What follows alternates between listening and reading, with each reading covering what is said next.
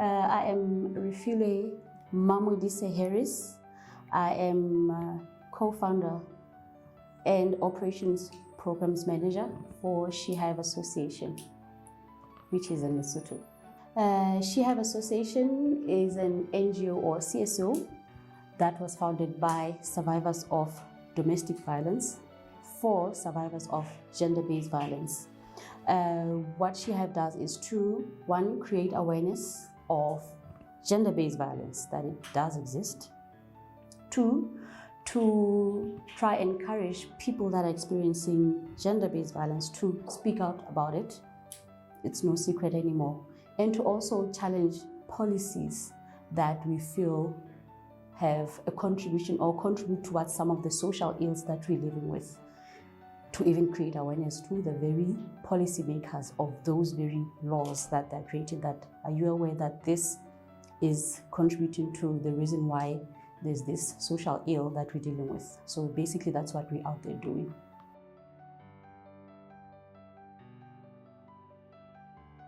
So I had just joined 100% the NGO space, which is SheHive, to like, I'm on board 100%. So I'm not quite sure, but I think somewhere on social media, some people were talking about YALI, and I grew interest and I researched and I was like, oh, there's this opportunity.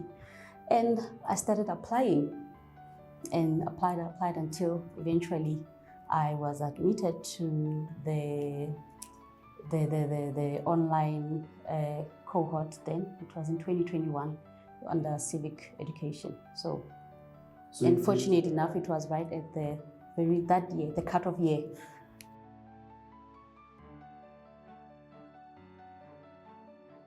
I think, one, there were a lot of misconceptions, I think, that being part of the YALI made sense. Like I said, I had just joined this civic space, so some of the things still didn't make sense to me. And also, I think it, I don't know what's the right word to use. I think it gave me that confidence, maybe, because we do a lot of public speaking. You're out there talking to people, teaching them about, like, for example, we're currently popularizing the recently enacted Counter Domestic Violence Act. Before then, I don't think if I had to go out and speak to people about, I would have had the same approach I had before being part of the YALI. So I think it sort of gave me a different perspective from what I thought civic education is to what I now know. Also, I think I'm someone that likes to challenges. So to me, it was like, I'm gonna make this civic thing work. Yes.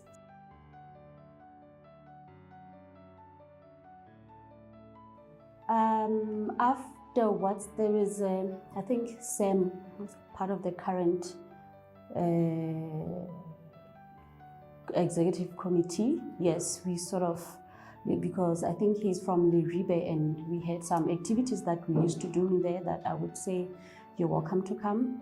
Also, the other lady that we were with in the previous executive committee, who's, I think, Ernest, her name, I just forgot her name. We were in the same track.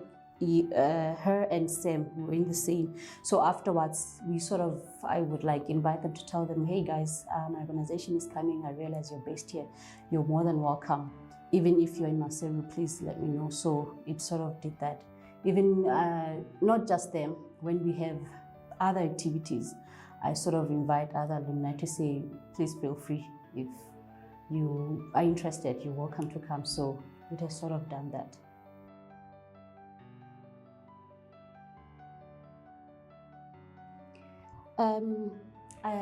Going forward, I think luckily for us, we survived even before funding. I think it's just about, first, passion, having a team of passionate people in their profession.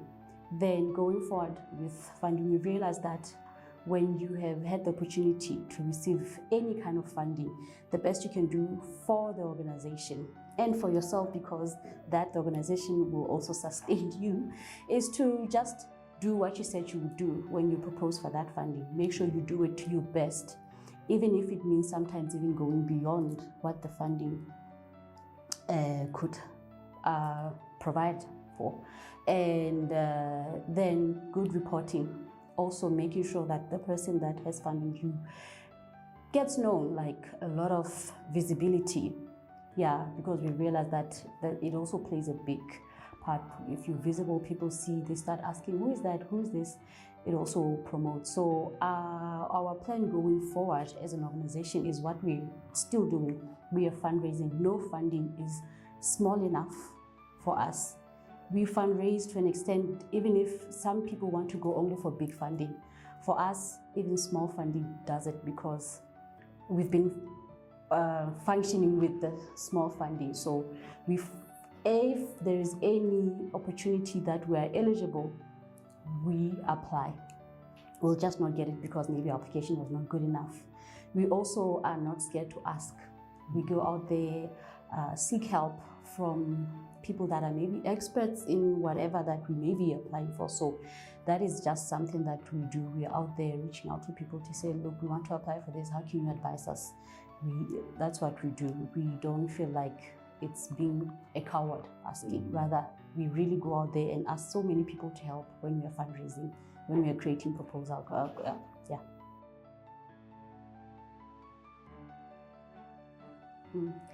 You know, unfortunately, most of the funders, donors, don't fund administrative costs.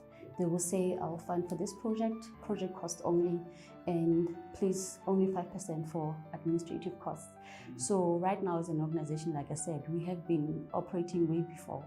If we could only get support for administrative, we'll do what we're doing even better, because that means then I'll be able to say, the team that is here, I'll be able to give you this, because they are families, they are parents, they've got kids. So at least when you have that, rather than where you are saying only when we go project implement, that's when I'll have daily subsistence allowance for you, because currently that's the current status. So that is basically what we're currently also fundraising hard for, to get someone that will say, I'll support your administrative costs. If maybe I should just mention that we managed to even buy furniture and laptops and stuff.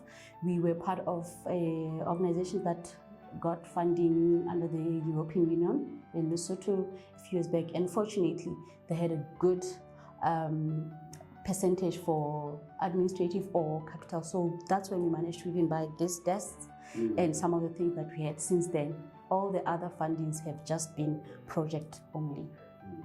So it is a serious case. Most funders do that.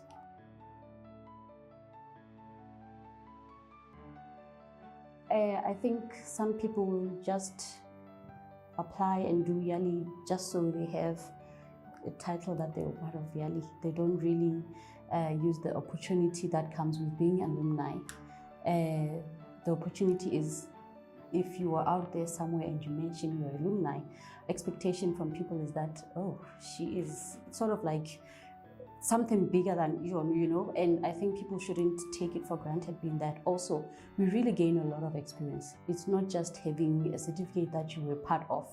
You really gain a lot of, even now, I still sometimes make contact to Nazreen, that's the lady that was our facilitator, because she had said even beyond that, she is open for. So I didn't close doors after doing YALI. For me, it was an ongoing thing that I still reach out to whoever that, even if it's not people that I was in the same cohort with, as long as I know when this person is part of YALI, I know they gain something, and I will reach out and say, may you kindly help, may you do this. So for me, it was really a network that I appreciate to have been part of.